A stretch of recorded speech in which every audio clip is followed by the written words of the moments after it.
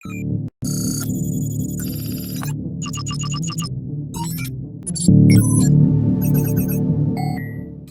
টুকটাক টেক সম্পর্কে খোঁজখবর রাখে তারা অ্যাসুস কোম্পানিকে চিনে না এমন পাবলিক পাওয়াই দুষ্কর। আর যারা গেমিং ল্যাপটপ এবং গেমিং মোবাইল ফোন ইউজ করে তাদের সাথে তো অ্যাসুসের সাথে সম্পর্ক আরো ঘনিষ্ঠ।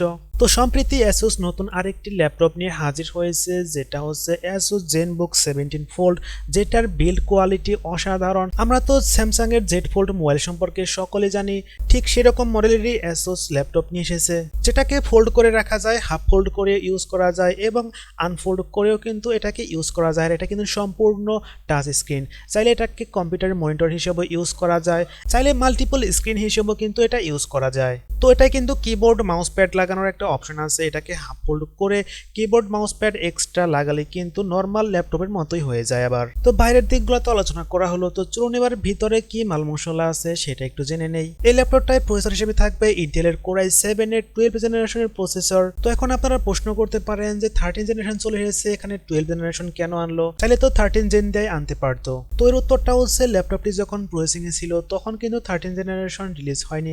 আমরা জানি অল্প কয়েকদিন আগে কিন্তু 13 জেনারেশন রিলিজ হয়েছে, যার কারণে এই ল্যাপটপটাই 12 জেনারেশন দিয়েই এনেছে। তাছাড়া এটাই 17.3 ইঞ্চি ডিসপ্লে রয়েছে, এছাড়া 16GB DDR5 এর র্যাম থাকবে এবং NVMe এর M.2 থাকবে 1 টেরাবাইটের স্টোরেজ হিসেবে। তাছাড়া উইন্ডোজ 11 সামনে একটি ওয়েবক্যাম থাকবে 5 মেগাপিক্সেলের এবং Bluetooth, wifi, noise cancellation mode ইত্যাদি আরো অনেক ফিচার থাকবে। সাধারণত যে সমস্ত হাই কোয়ালিটি ফুল ল্যাপটপে যে যে ফিচার থাকা দরকার সেসবের সমস্ত কিছু কিন্তু এখানে থাকবে।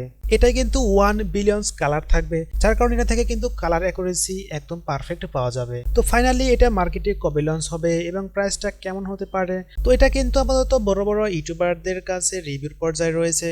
তো ধারণা করা হচ্ছে নভেম্বরের মাঝামাঝি সময়ে মার্কেটে লঞ্চ হতে পারে। আর এটার প্রাইস হবে খুবই সীমিত, খুবই অল্প, মাত্র 4 লাখ টাকার আশেপাশে।